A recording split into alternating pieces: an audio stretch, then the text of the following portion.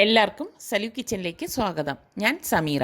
ഇന്ന് ഞാൻ തയ്യാറാക്കാൻ പോകുന്നത് സൂചിയും പൊട്ടറ്റോയും കൊണ്ടുള്ള ഒരു വെറൈറ്റി പൂരിയാണ്. അപ്പോൾ അതെങ്ങനെയാണ് തയ്യാറാക്കുന്നത് നമുക്ക് നോക്കാം. അതിന് വേണ്ടിയിട്ട് ഞാനിവിടെ 1/2 കപ്പ് സൂചി, അതായത് റവ, ഒരു ബൗളിലേക്ക് ഇട്ട് കൊടുക്കുകയാണ്. ഇതോടൊപ്പം തന്നെ ഞാൻ ഇവിടെ 1 കപ്പ് നല്ല തിളച്ച വെള്ളം ഒഴിച്ചു കൊടുക്കും.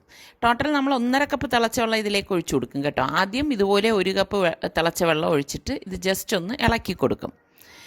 ഇതുപോലെ ഇളക്കിയ ശേഷം നമ്മളിതിലേക്ക് ബാക്കിയിരിക്കുന്ന 1/2 കപ്പും കൂടി ചേർത്തിട്ട് ഇത് നന്നായിട്ടൊന്ന് ഇളക്കി യോജിപ്പിക്കും.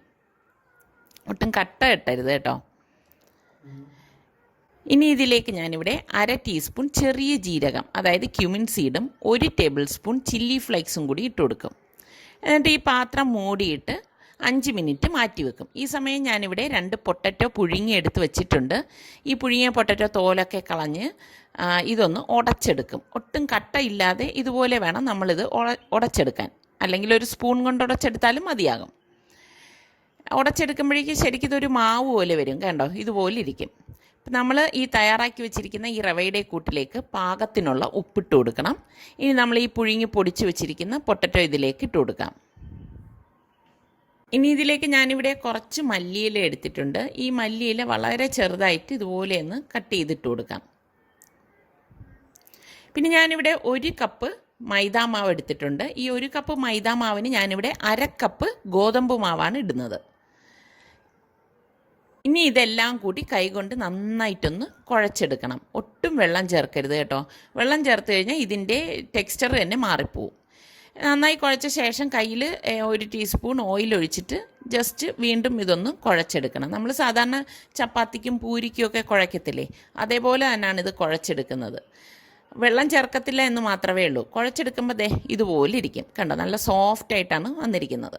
ഇനി ഇത് ബൗളിലേക്ക് ഇട്ടിട്ട് ഒരു 15 മിനിറ്റ് ഇത് മാറ്റി വെക്കാം. ഇതിൻ്റെ കൂടെ കഴിക്കാൻ വേണ്ടിയിട്ട് ഞാൻ ഈസി ആയിട്ടുള്ള ഒരു പൊട്ടറ്റോ മസാലയാണ് തയ്യാറാക്കുന്നത്. അപ്പോൾ എല്ലാവരും ഉണ്ടാക്കുന്നത് തന്നെയാണ്, ഞാനിതൊന്ന് കാണിക്കുന്നതേ ഉള്ളൂ. അപ്പോൾ ഞാനിവിടെ പൊട്ടറ്റോ പുഴുങ്ങി എടുത്ത് വെച്ചിട്ടുണ്ട്. അതിൻ്റെ തോലൊക്കെ മാറ്റിയിട്ട് എടുക്കാണ്. ഇനി ഞാനൊരു പാൻ അടുപ്പത്ത് വെച്ച് ഇതിലേക്ക് 1 ടീസ്പൂൺ ഓയിൽ ഒഴിച്ചിട്ട് 1 ടീസ്പൂൺ കടുകും 1 വറ്റൽ മുളകും ഇതിലേക്ക് കട്ട് ചെയ്തിട്ട് കൊടുക്കും. ഇതൊന്ന് ചൂടായി വരുമ്പോഴേക്ക് ഞാനിവിടെ 1 ടീസ്പൂൺ സാമ്പാർ പരിപ്പും 1 ടീസ്പൂൺ ഉഴുന്നു പരിപ്പും കൂടി ഇട്ട് കൊടുക്കും. ഇതൊക്കെ ഇടുമ്പോഴാണ് ഒരു പ്രത്യേക ടേസ്റ്റ് കേട്ടോ.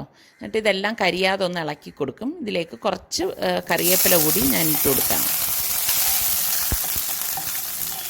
അതിനുശേഷം ഞാൻ ഇതിലേക്ക് 1/2 ടീസ്പൂൺ മഞ്ഞൾപ്പൊടിയും കൂടി ഇട്ട് ഇതെല്ലാം കൂടിയിട്ട് നന്നായിട്ടൊന്ന് ഇളക്കി കൊടുക്കും. പിന്നെ ഞാൻ 2 പച്ചമുളക് ഇതുപോലെ കുറച്ച് വലിപ്പത്തിൽ സ്ലിറ്റ് ചെയ്തിട്ട് കൊടുക്കുകയാണ്. ഇനി നമ്മൾ ഈ വേവിച്ച് വെച്ചിരിക്കുന്ന പൊട്ടറ്റോ ഇതിലേക്കൊന്ന് പൊടിച്ചിട്ട് കൊടുക്കും. ഒരുപാട് ഇത് പൊടിയേണ്ട ആവശ്യമില്ല, ഈ ഒരു രീതിയിൽ പൊടിച്ചിട്ട് കൊടുത്താൽ മതിയാവും. ഈ പാകത്തിനുള്ള ഉപ്പും കൂടി ഇട്ട് കൊടുക്കും. എല്ലാം കൂട്ടിയിട്ട് നന്നായിട്ടൊന്ന് ഇളക്കി കൊടുക്കും. ഞാനിവിടെ 1/4 കപ്പ് തിളച്ച വെള്ളം എടുത്തിട്ടുണ്ട്. ഈ തിളച്ച വെള്ളം ഇതിലേക്ക് ഒഴിച്ചിട്ട് തീ കൂട്ടി വെച്ചിട്ട് തന്നെ ഞാനിതൊന്ന് ഇളക്കിയെടുക്കുകയാണ് ചെയ്യുന്നത്. കണ്ടോ, ഈ ഒരു പരുവത്തിൽ നമ്മൾ ഗ്യാസ് ഓഫ് ചെയ്യും. നമ്മൾ പൂരി തയ്യാറാക്കാൻ വേണ്ടിയിട്ട് ഞാനിവിടെ ഒരു പാനിലേക്ക് പാകത്തിനുള്ള ഓയിൽ ഒഴിച്ച് ചൂടാക്കാൻ വെച്ചിട്ടുണ്ട്. ഈ മാവ് ഇവിടെ റെഡി ആയിട്ടുണ്ട്. ഇപ്പോൾ കയ്യിൽ കുറച്ചൊന്ന് ഓയിൽ പുരട്ടിയ ശേഷം ഇത് ഒന്ന് ഉരുട്ടിയെടുക്കണം. നമ്മൾ പൂരിക്കൊക്കെ എടുക്കുന്ന പോലെ തന്നെ ഞാനിവിടെ ഒരു ചപ്പാത്തി പ്രസ്സിൽ വെച്ചിട്ട് ജസ്റ്റ് ഒന്ന് പരത്തിയെടുക്കത്തേ ഉള്ളൂ. ഒരുപാട് ഇത് പരത്തണ്ട കേട്ടോ. ഇതുപോലെ ഇത്രയും മതിയാകും. ഇനി ഇത് ചൂടായ എണ്ണയിലേക്കിട്ട് നമ്മൾ ഫ്രൈ ചെയ്തെടുക്കുകയാണ് ചെയ്യുന്നത്. ഇത് തിരിച്ചും മറിച്ചുവിട്ട് ഫ്രൈ ചെയ്തെടുക്കണം. സാധാരണ പൂരി പോലെ ഇത് പൊള്ളി വരത്തൊന്നുമില്ല കേട്ടോ. പക്ഷെ നല്ല വെറൈറ്റി ആയിട്ടുള്ള നല്ല അടിപൊളി ടേസ്റ്റാണ് ഈ പൂരിക്ക്. ഇതുപോലെ ഒരു ഗോൾഡൻ കളറാകുമ്പോൾ നമ്മളിത് എണ്ണയിൽ നിന്ന് മാറ്റും. ഇനി ഇത് തന്നെ നമുക്ക് ഈ മാവ് കൈവെള്ളയിൽ വെച്ചും പരത്തിയെടുക്കാം. ഇതുപോലെ ഒന്ന് പരത്തിയെടുത്തിട്ട് നമുക്ക് എണ്ണയിലിട്ട് ഫ്രൈ ചെയ്തെടുക്കാം. അപ്പോൾ നിങ്ങളെല്ലാവരും ട്രൈ ചെയ്ത് നോക്കണം.